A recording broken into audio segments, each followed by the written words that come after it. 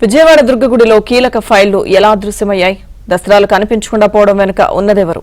ఫైళ్ల missing పై ఉద్యోగులు ఏమంటున్నారు? ఫైళ్ల గల్లంతు వ్యవహారాన్ని ఇంటి దొంగలే నడిపినట్లు అధికారులు ఎందుకు భావిస్తున్నారు?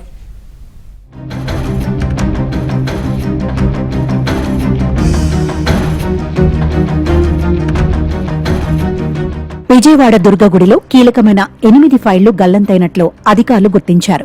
కోర్టుకు వెళ్లిన ఉద్యోగుల సర్వీస్కు సంబంధించిన కేసుల ఫైళ్లు అదృశ్యమయ్యాయి. ఈ ఫైళ్ల ఆధారంగానే కోర్టు కేసుల్లో కౌంటర్ వేయడానికి అవకాశం ఉంటుంది. ఫైళ్లు కనిపించకపోవడంతో వాటికి సంబంధించిన అధికారులను పిలిపించి ఈవో వివరాలు అడిగారు. ఈ వ్యవహారాన్ని ఇంటి దొంగలే నడిపారని భావిస్తున్న ఉన్నతాధికారులు ఆ కోణంలో విచారణ చేస్తున్నారు.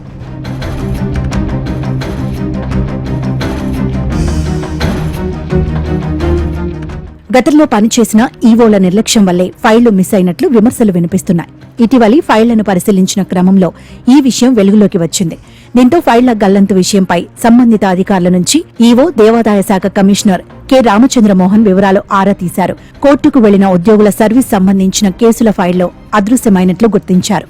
ఈ ఫైళ్ల ఆధారంగానే కోర్టు కేసుల్లో కౌంటర్ వేయడానికి అవకాశం ఉంటుంది.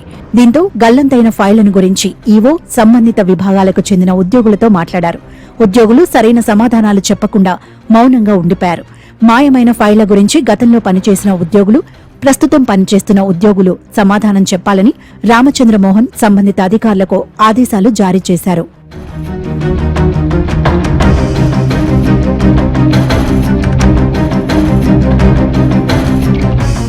ప్రస్తుతానికి హెడ్ ఆఫీస్ నుంచి ఫైళ్లు తెప్పించుకుని కోర్టులో కౌంటర్ వేయడానికి అధికారులు చర్యలు తీసుకుంటున్నారు. ఫైళ్ల గురించి ఉద్యోగులను ఆలయ ఈవో రామచంద్రమోహన్ అడగ్గా వారు పొంతనలేని సమాధానాలు చెప్పడంపై ఆయన ఆగ్రహం వ్యక్తం చేశారు. గతంలో పనిచేసిన ఈవోలు, అధికారుల నిర్లక్ష్యం కారణంగానే ఫైళ్లు మాయమయ్యాయి.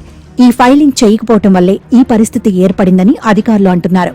ఈవో, దేవాదాయ శాఖ కమిషనర్ ఒకరే కావడంతో ఫైళ్ల గల్లంతుకు కారణమైన వారిపై చర్యలు తీసుకునేందుకు సిద్ధమవుతున్నారు.